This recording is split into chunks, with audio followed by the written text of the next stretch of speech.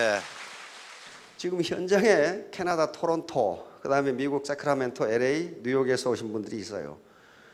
그분들요, 미국에 그 당시에 이민 갈 정도면은요, 이 가방끈이 상당히 길어요. 길고 미국에서 잘 살고 있어요. 그런데 이 애터미 사업을 하는 거예요. 미국에서 폭발적으로 커지고 있거든요. 왜냐하면 그만한 가치가 있다고 생각하니까 하는 거예요. 자, 그러면 우선 우리가 빅 비즈니스를 하는데 그거는 무슨 큰 일을 할 때에 어떻게 접근해야 되느냐. 차분하게 접근해야 돼. 덤벙대는 놈 치고 내 성공하는 놈 한 놈도 못 봤어. 차분하게 접근해야 돼. 각국마다 전쟁의 원칙이라는 게 있습니다. 어느 나라나 전쟁 원칙 중에 가장 중요한 것은 목표입니다. 목표. 이게 가장 중요합니다. 목표, 오브젝티브. 목표를 명확하게 정해서 공격 작전을 수행해야 됩니다. 그리고 집중이라는 게 있습니다. 집중, 메스라고 하는데요. 집중은 어느 한 곳에 전투력을 집중해야 된다. 다시 말하면 인간이 비즈니스를 하고 살아가는 데 있어서도 전쟁 원칙은 그대로 적용됩니다.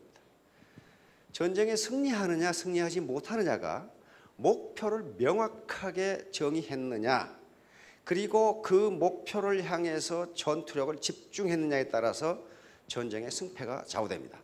그것은 양쪽의 병력이 어떻게 되느냐와는 관계가 없어요. 예를 들면 우리가 알렉산더 대왕 다 아시죠? 마케도니아의 알렉산더 대왕, 헬레니즘 문화를 꽃피웠던 알렉산더 대왕.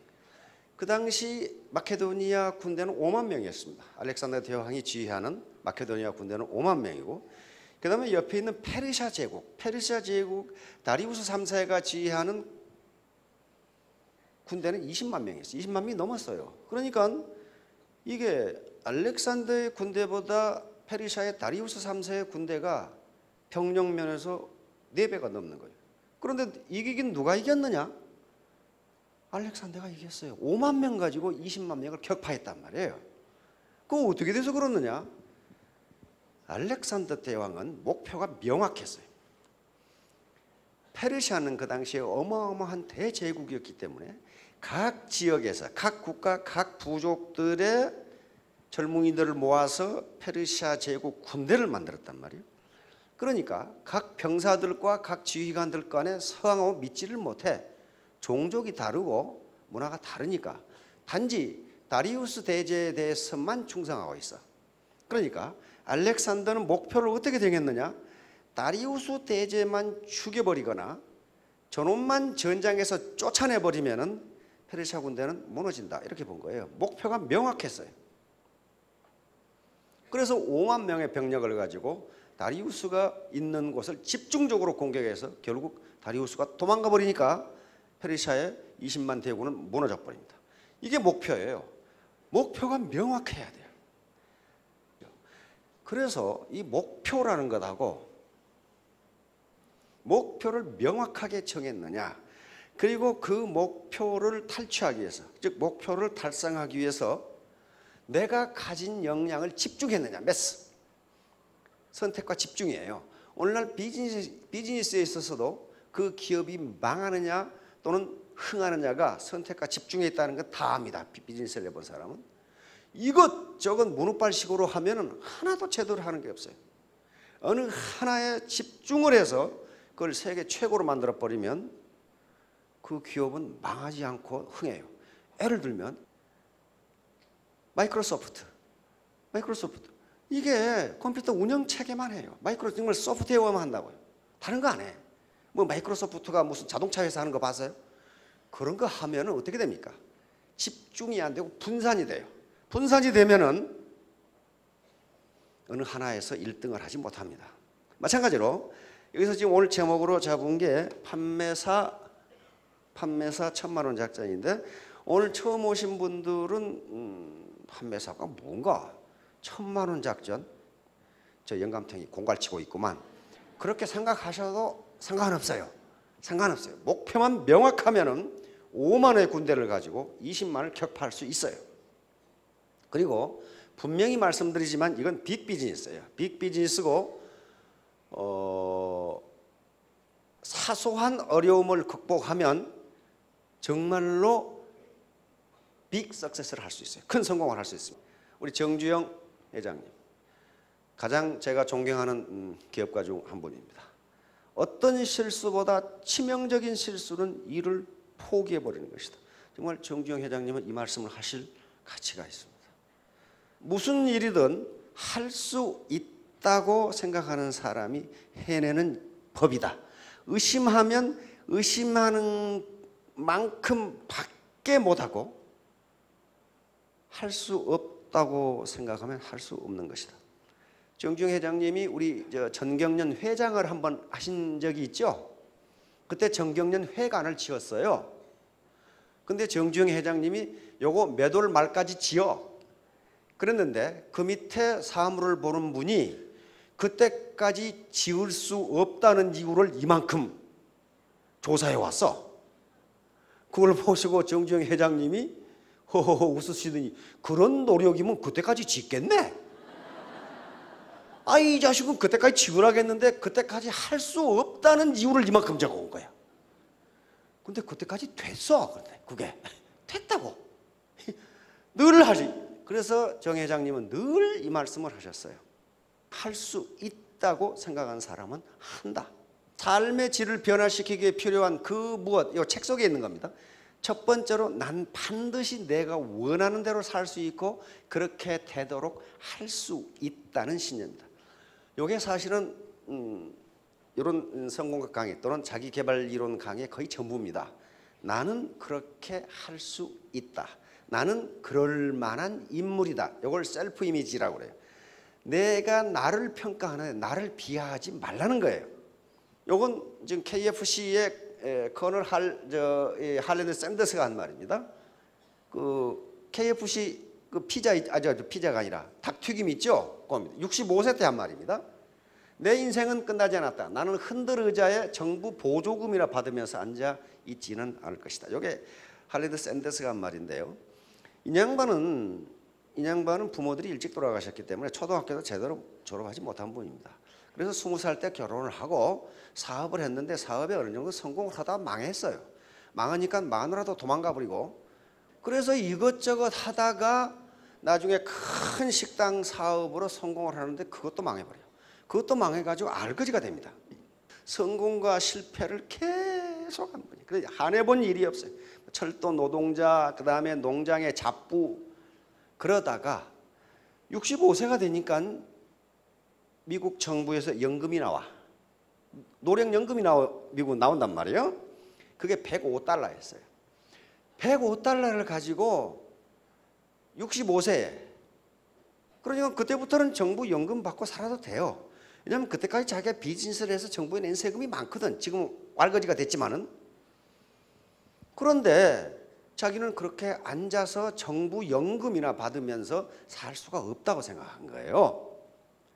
그래서 생각난 게 뭐냐 하면은 자기 어머니가 옛날에 해주셨던 닭튀김이 생각나. 닭튀김. 그게 굉장히 맛있었는데 그래서 주유소라든가 이런 일하면서 닭튀김 요리를 자기가 개발한 거예요. 그런데 65세에 닭튀김 요리를 자기가 해서 먹어보니까 맛이 무지하게 좋아. 그런데 가게가 있나? 돈이 있나? 아무것도 없어요. 아무것도 없으니까 요 기술을 로열티를 받고 팔아서 사업을 하면 되겠다. 그게 프랜차이즈예요. 프랜차이즈. 유타주의 한 식당 업주가 덜커덕 계약을 했어요. 그게 1009번째입니다. 1008번째까지 거절을 당했어. 너나 해라, 너나. 1009번째에 프랜차이즈 1호점이 탁 생깁니다. 그 KFC. 그러면 그 계약한 식당 주인은 어떻게 됐을까? 그 KFC하고 계약을 하면서 매출이 3배로 늘어버려.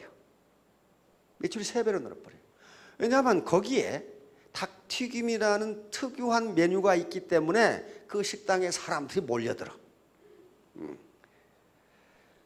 자, 그 식당 주인은 뭘 본 거예요. 그렇죠? 그래서 결국 거부가 됐어요. 거부. 그 프랜차이즈를 가지고 나중에 그 사업을 다 하게 되죠. 자, 이와 같이 65세에 시작해서 68세에 1호점을 가맹을 시킵니다. 그래서 3년간 전 미국을 돌아다니면서 만난 식당 주인이 1,008명이었다는 거예요. 1,009번째 계약을 했거든요. 시중에 책이 나왔습니다. 1,009번째 성공이라고 나와 있어요. 그 정도로 집념을 가지고 나는 내가 하는 닭튀김 요리가 최고로 맛있다. 언젠가는 주인이 나타날 거라고 생각한 거예요. 이제 여기 오신 분들의 처음 오신 분들 세 가지 의문이 있죠. 할 것인가 말 것인가. 저놈들 사기꾼 아닌가. 나 같은 사람도 성공할 수 있을까. 나는 전업주부였는데, 나는 공직에만 몇십 년 있었는데, 나는 교직 생활만 몇 년을 했는데 성공할 수 있을 것인가. 괜찮은 것 같은데 그럼 어떻게 해야 성공하나. 이 세 가지 의문이에요. 할 것인가 말 것인가. 나 같은 사람도 성공할 수 있을까. 어떻게 할 것인가.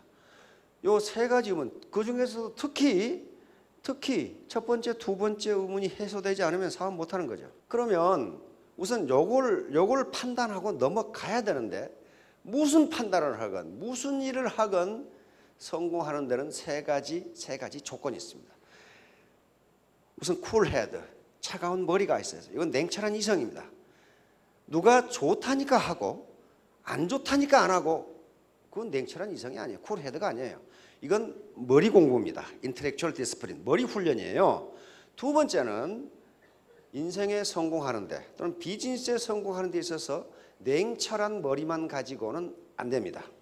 반드시 따뜻한 가슴이 있어야 돼요. 웜 하트가 있어야 돼요. 내가 하는 일이 옳은 일인가? 내가 하는 일이 보람 있는 일인가? 내가 하는 일이 다른 사람에게도 이익을 주는 일인가? 정직성, 도덕성 이런 것들이 뒷받침되지 않으면요, 반드시 패가 망신해요. 세 번째는 부지런한 손발이에요. 부지런한 손발. 따뜻한 가슴이 있는데 가만히 있다. 그러면 그거 이웃집 할아버지지 뭐. 그렇잖아요. 이웃집 할아버지지. 그거 성공 못해요. 반드시 몸공부, 피지컬 디스플린, 요게 있어야 돼요. 어떤 비즈니스를 하든지 요걸 따져보세요. 합법성. 이건 설립의 합법성뿐만 아니고 사업 전개 과정에 있어야 합법적인 하는 걸 따져봐야 돼요. 합법을 가장한 불법이 굉장히 많다고요. 그런 사업은 성공하기 힘듭니다. 앞으로 우리 대한민국은 점점 투명 사회로 갈 겁니다. 법을 위반하고 이제 자신의 개인적 이득을 취하려고 하는 사람은 그게 오래가지 못할 거예요. 이걸 따져보시라고. 이 회사가 합법적이냐. 그 다음에 경영자의 도덕성과 경영 능력. 이거 두 개의 수레바퀴입니다. 도덕성이 있어야 되고 지 배만 채우려고 해서는 안 되고, 도덕성만 있고 경영 능력이 없으면 그것도 역시 이웃집 할아버지예요. 그건 안 된단 말이에요. 그건 비즈니스맨이 아니에요. 세 번째는 제품입니다. 제품은 세 가지 측면에서 봐야 돼요. 하나는 제품 아이템의 구성이에요. 일반적으로 이런 네트워크 마케팅에서 성공하려면은 그것이 생활 필수품인 경우가 가장 좋아요. 다시 말하면 소비재인 경우가 가장 좋아요. 그것이 내구재인 경우에는 한 번 사면 5년, 10년 쓰는 것은 그건 사업 아이템으로서는 적당치 않아요. 그런데 내구재인 경우에도 파생 수요가 있는 경우는 괜찮아요. 파생 수요라는 것은 한 내구재를 팔면 그 내구재에 필요한 다른 재료를 팔 수 있으면 돼요. 예를 들면 커피 기계와 커피 그라인더. 그러면 커피 기계는 내구재지만 커피는 소비재라고요. 그 다음에 세탁기와 세제, 이것도 마찬가지예요. 두 번째 퀄리티예요. 품질. 가격보다 중요한 건 퀄리티입니다. 품질이 시중에 나와 있는 다른 제품하고 비교해서 경쟁 위기가 있느냐 하는 문제예요. 퀄리티, 지금 우리 대한민국의 소득은 국민소득이 지금 정부 발표로는 24,000불이라고 그런단 말이에요. 이 정도 수준에서는요, 퀄리티가 굉장히 중요합니다. 싼 비지떡 같은 건 되지 않아요. 두 번째는 가격이에요. 퀄리티가 높으면서 가격이 적정해야 된다고요. 퀄리티가 높으면서 가격이 비싼 것은 얼마든지 있어요. 백화점에 가보세요. 명품 얼마든지 있어요. 보자기 하나에 무슨 이태리 무슨 보자기 몇십만 원. 그거 얼마든지 있어요. 무슨 똥인지 하는 가방 200만 원. 이게 말이지. 그러니까 얼마든지 있어요. 근데 물어보니까 품질은 굉장히 좋대요. 굉장히 좋답니다. 퀄리티가 좋은데 가격이 높으면 서민들은 거기에 접근하기가 힘들어요. 그렇다면 그것은 귀족 비즈니스지 서민 비즈니스가 아니에요. 그래서 그걸 따져보시라는 거예요. 세 번째, 수익구조, 리워드 시스템. 다시 말하면 나는 열심히 해서 퀄리티도 좋고 가격도 싼데 죽어라고 발바닥에 고무 타는 냄새 나게 띄워놨더니 돈은 어떤 놈들이 다 집어넣고 있더라. 그 짓 하면 안 됩니다. 그런 비즈니스는 하면 안 돼요. 나에게도 내가 땀 흘린 것만큼 돌아오는 걸 따져보시라는 거예요. 이게 리워드 시스템이에요. 다음 비용 부담, 진입비. 다시 말하면 이 물건을 강제로 의무적으로 사라고 안 하면 나는 안 사겠다. 그런 게 있는가 봐라 이 말이에요. 그런 게 있으면 그 물건이 퀄리티와 프라이스 면에서 경쟁력이 없는 거예요.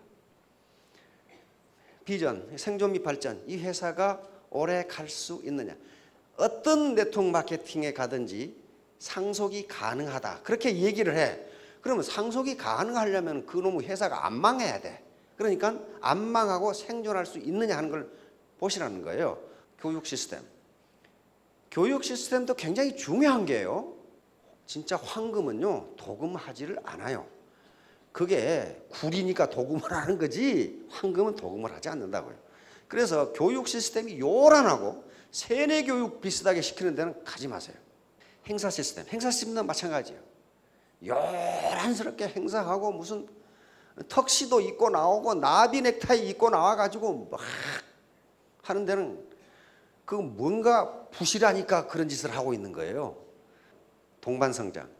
이런 애터비 같은 기업은 우리에게 납품하는 회사치고 지금 100%씩 성장하지 않는 기업이 없어요. 그렇게 해줘. 전부 다 현금 결제를 다 해줘 버리거든. 현금 결제를. 자, 이런 객관적인 조건을 스스로 쿨헤드를 가지고 따져보시라는 거예요. 내 인생을 내가 주체적으로 사시려면은 자기 머리로 따져보셔야 돼요. 옆에서 누가 하지 마라 하니까 안 하고 좋다 하니까 하고 그렇게 하지 마시라고. 그런데 돈벌이는 잘 되는데 옳지 않은 일이라면 하지 마세요.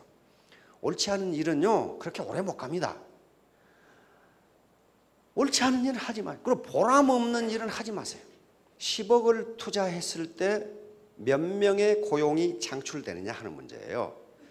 그걸 제조업에 투자하면 고용 창출이 5명도 안 돼요. 생각해보니까 5명도 안 될 것 같아. 요즘 10억 가지고 기계 사고 사무실 없고 하면 5명 고용 창출 안 되죠. 어르신 그렇죠.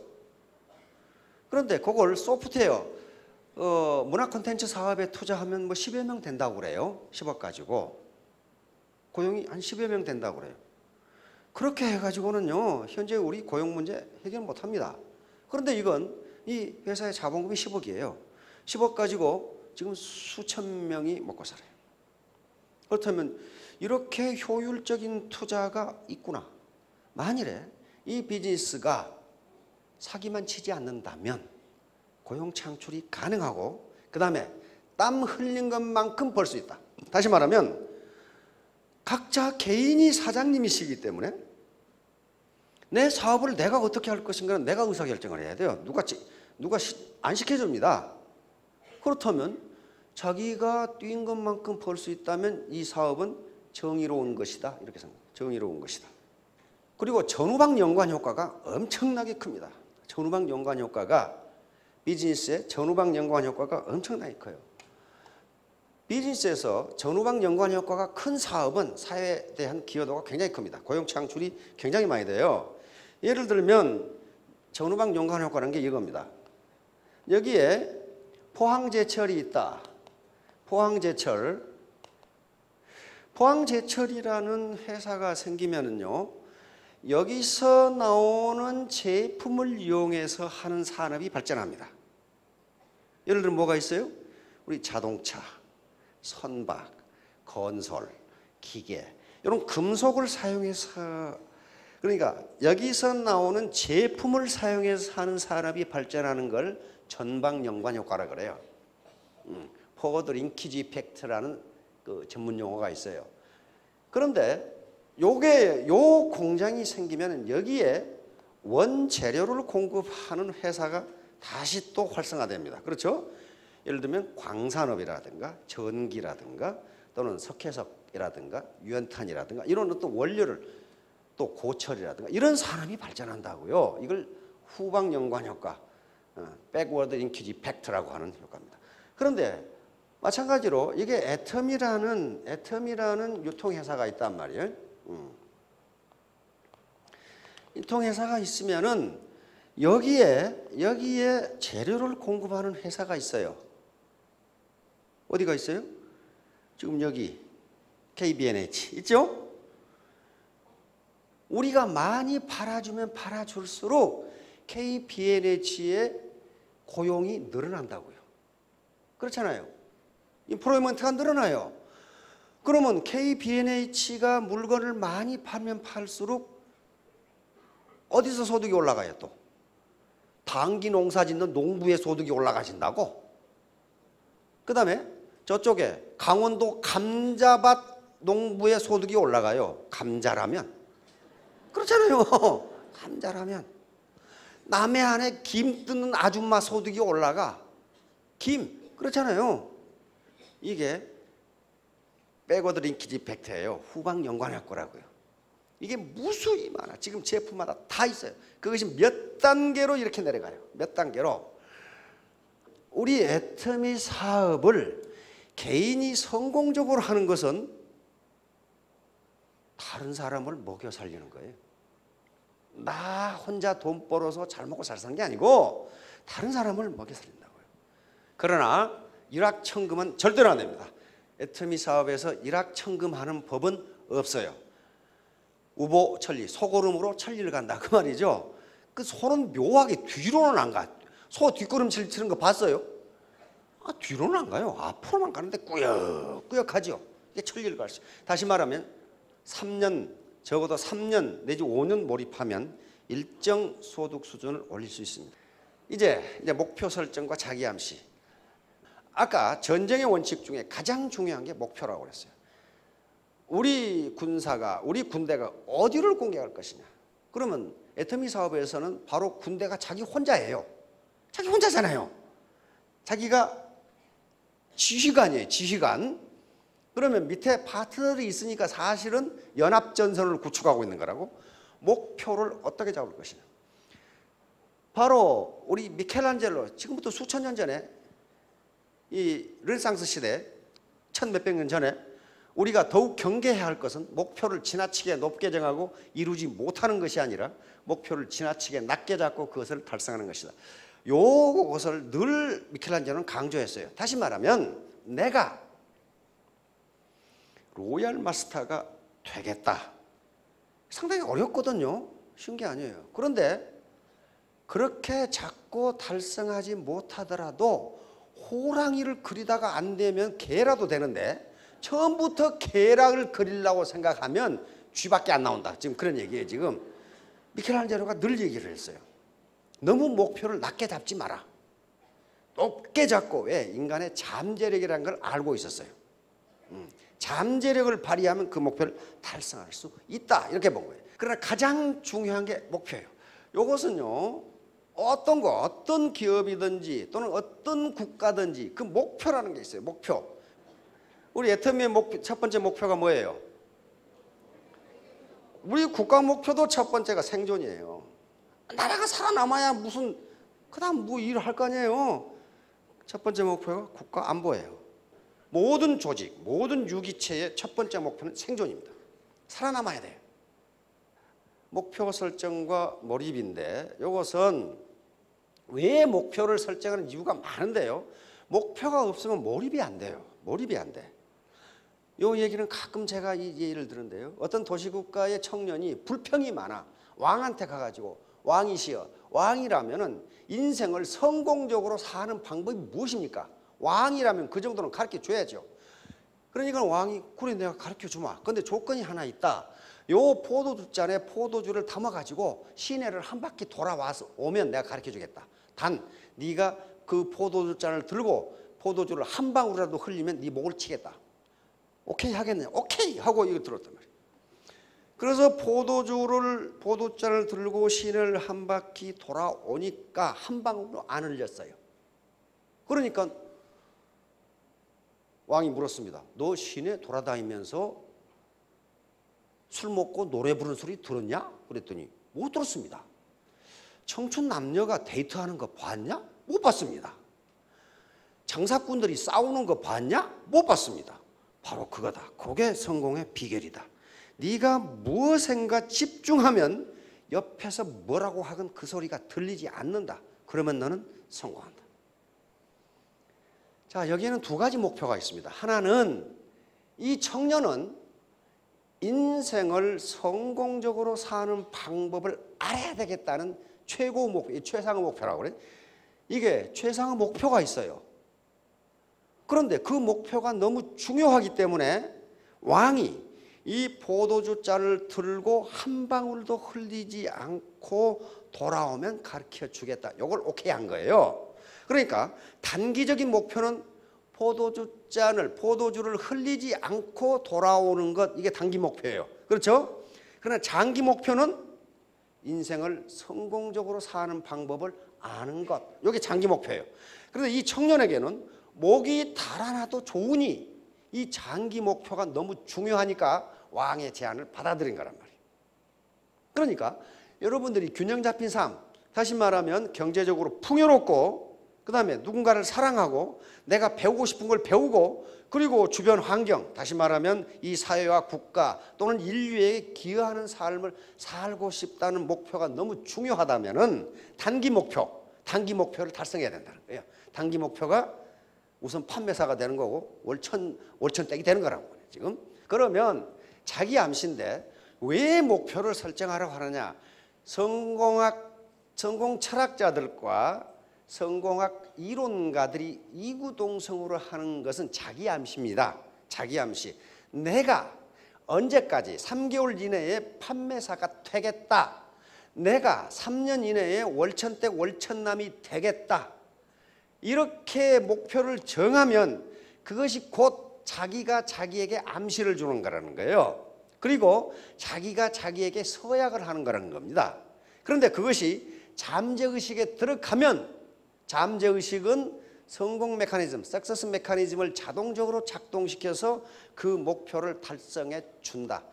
요겁니다. 요거예요. 그러니까 목표를 정하라는 거예요. 아무 목표가 없으면 자기가 자기에게 서약을 하는 것이 없어요. 우리가 서약을 하면 그걸 지키려고 노력하잖아요. 그리고 그것이 잠재의식 속에 들어간다는 거예요. 근데 잠재의식, 우리 인간의식은 현재의식이 있고 잠재의식이 있는데 현재의식은 10%밖에 되지 않습니다. 이것은 지그문트 프로이트, 정신분석학을 창시했던 지그문트 프로이트의 최대의 발견이라고 이렇게 해야 됩니다. 잠재의식이라는 게 우리가 의식하지 못하는 서브컨셔스 마인드가 있다는 거예요. 그러니까 내가 3개월 이내에 판매사가 되느냐 못 되느냐, 내가 3년 이내에 월천댁이 되느냐 못 되느냐를 내가 판단하는 것은 10%밖에 안 되는 현재의식으로 판단하는 거라 그 말이에요. 근데 90%나 되는 잠재의식은 너는 할 수 있다고 생각하는데 현재의식은 나는 할 수 없다고 생각한단 말이에요. 그러니까 이걸 목표를 정해놓고 그걸 잠재의식에 계속 집어넣어서 할 수 있다는 마인드로 바꾸라는 거예요. 영천에 영천시 부간면이라는 데가 있어. 거기에 돌할매 공원이 있어요. 그런데 거기 사람들이 무지 찾아와서 소원을 비는데 소원이 이루어져. 기가 막히거든. 근데 돌할매 공원에 가보면 이 돌이 하나, 요게 돌할매예요. 돌덩어리, 요게. 돌이 동글동글한 게 생겨가지고 럭비공처럼 생긴 돌이가 하나 있어요. 그런데 거기 가서 자기 주소 성명을 이야기하고 나는 경상북도 영천 부간면에 사는 김말동입니다. 이렇게 하고 그 돌할매한테 소원을 빌어. 내가 애터미 사업에 월천댁이 되도록 해 주십시오. 이렇게 소원을 빌어요. 그런데 그 소원을 빌기 전에 돌을 들어보고 이게 10kg이니까 그냥 들 수 있죠. 소원을 빈 다음에 이 돌덩어리, 돌할매라고 불러요. 이 돌할매가 당신의 소원을 들어주면 돌을 무거워서 못 들 것이다. 그렇게 돼 있어요. 그런데 실제로 소원을 말하고 돌을 들면은 그 다음에 돌을 못 들어. 그래가지고 기분 좋아가지고 가야 내가 월천댁이 됐다. 이렇게. 실질적으로, 실존적으로 그 돌의 무게는 10kg 딱 정해져 있어요. 그런데 잠재의식에서 무겁다고 생각하면 실제로 무겁게 느껴져요. 그만큼 잠재의식은 무섭습니다. 믿는 대로 이루어진다예요. 믿는 대로 이루어진다. 이것이 소위 로버트 머튼 박사의 자기 충족적 애언이론입니다. 하버드 대학의 사회학 교수죠. 자기가 그렇다고 믿으면 그렇게 된다예요. 또 그것이 교육 현장에서 실증적으로 검증된 것이 피그말리온 효과입니다. 믿는 대로 이루어진다. 믿는 대로 이루어진다. 이제 잠재의식 속에 목표를 집어넣으세요. 그냥 나는 2017년 5월 30일까지 월천댁이 되겠다. 안 되면 손해볼 거 있나요? 없어요. 손해를 안 봐. 손해를 해놓고 나는 할 수 있다. 나는 반드시 하겠다. 이걸 침대 머리맡에 붙여놓고 하시라는 거예요. 이거 침대 머리맡에 붙여놓고 중얼거린다고 해서 누가 미친놈이라고 할 사람도 없고, 옆에서 남편이 미쳤다고 그러면 그거 어떻게 하셨어요? 그렇게 얘기했어요. 나 미쳤는데. 내가 미쳤는데 3년 후에 당신 애쿠스 사줄게.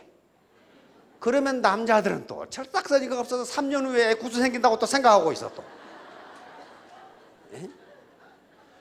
요 목표를 정해놓고 자기 암시를 주라는 거예요. 요거 이제 판매사를 100일로 잡은 것은 하루 10시간 몰입을 가정한 거면 1000시간이에요. 1000시간 몰입하면 판매사 될 수 있다는 거예요. 예, 천일 천만원 작전도 마찬가지입니다. 천일 천만원 작전은 바로 1만 시간의 법칙을 이야기하는 겁니다. 1만 시간의 법칙은 세계적인 법칙입니다. 1만 시간을 몰입하지 않고는 누구도 눈에 띄는 성공을 할 수 없다는 게 1만 시간의 법칙이에요. 미국에서는 특히 이 법칙을 실험하는 교수들이 많습니다. 에릭슨 교수라든가 데니얼 교수 실험하는데 맞다요. 맞다. 어느 누구도 IQ에 관계없이 현재 상태에 관계없이 1만 시간을 투입하지 않고는 몰입하지 않고는 탁월한 성공을 못한다. 다시 말하면 그 말은 IQ에 관계없이 현재 상태에 관계없이 1만 시간을 몰입하면 투입하면 탁월한 성공을 할 수 있다요. 그러면서 이 사람들이 뭐 빌 게이츠 예라든가 베토벤, 모차르트라든가 그다음에 비틀즈 예를 듭니다. 이 사람들이 탁월했던 것은 머리가 좋아서가 아니고 1만 시간 이상 몰입했기 때문이다. 본인들이 그걸 인정을 했어요. 그렇다. 나는 컴퓨터에 미쳤다. 그런 식으로 인정을 해요. 우리는 노래에 미쳤다. 그래서 결국은 미친 듯이 1만 시간 하고 났더니 어느 날 유명해졌더라. 그런 얘기를 한단 말이에요. 그러니까 여기 계신 분들도 미쳤다는 소리를 듣도록 몰입을 해보세요. 저놈이 어쩌다 저렇게 미쳤나. 그렇게 되게. 요게 이렇게 되는 것도 적어도 100일 동안 이 상태를 유지하면 우리 뇌세포가 요것을 자기 몸무게라고 인식을 한답니다. 그렇지 않으면 이렇게 돌아가 버린대요. 이렇게 되고 싶으시죠? 네, 자, 다음. 바로 판매사가 되는 게 이륙입니다. 이륙이에요. 여기서 벗어나지 않으면요, 순환궤도에 들어갈 수가 없어요. 결론, 견인불발. 이건 소동파가 한 얘기인데요. 자고로 옛날부터 큰 업적을 이룬 분들은 상당히 똑똑한 사람이었으면 틀림없지만은 그러나 견인불발, 굽히지 않았다. 굳게 참고 꺾어지지 않았다. 다시 말하면 자기 초지일관했다. 이런 사람이다. 소동파의 그래가 있습니다. 나쁜 태도, 이건 펑크난 타이와 늘 해야 해요. 나쁜 태도는 뭐냐? 부정적인 태도, 교만, 핑계, 게으름, 비도덕적인 행동, 이기주의인 행동 가지고는 성공할 수 없다. 이렇게 갈아 껴야 돼. 당신은 당신의 인생에 맞게 상황을 조정할 수는 없다. 그러나 그 상황에 맞게 당신의 태도를 조정할 수는 있다. 유명한 지그지글러라고 하는 자기개발 이론가 그리고 성공 철학자입니다. 상황에 맞게 자기 태도를 결정해 상황을 변경시킬 수는 없어요. 21세기 창조 시대로 가고 있는데 이걸 변화시킬 수가 없어. 자기가 맞춰야 돼요. 당신의 삶은 당신이 당신에게 가져다 주는 것이 아니라, 삶이 당신에게 가져다 주는 것이 아니라 당신이 삶에 가져다 준 태도에 결정된다. 또 당신에게 일어난 일이 아니라 일어난 일을 바라보는 당신의 마음의 태도에 결정된다. 태도를 늘 현자들은 전부 마음의 태도를 이야기합니다. 멘탈 애티튜드, 정신자세예요. 태도, 알파벳 순서대로 한 100점이죠. 우리가 애터미 사업은 혼자 성공할 수 없다는 게 요겁니다. 자기의 능력은 1%만 있으면 돼요. 난 능력이 없어 못한다. 그렇지가 않아요. 태도가 불량하면 못합니다. 나머지는 전부 태도와 관련되는 겁니다. 그러니까 내 능력이 1%라면 100사람이 모이면 100%가 돼서 그건 크게 성공한다는 얘기예요. 근데 나머지는 뭐냐? 99%는 태도입니다. 자, 3년 후, 5년 뒤에 모두 월천댁 월천남이 되시기 바랍니다. 감사합니다.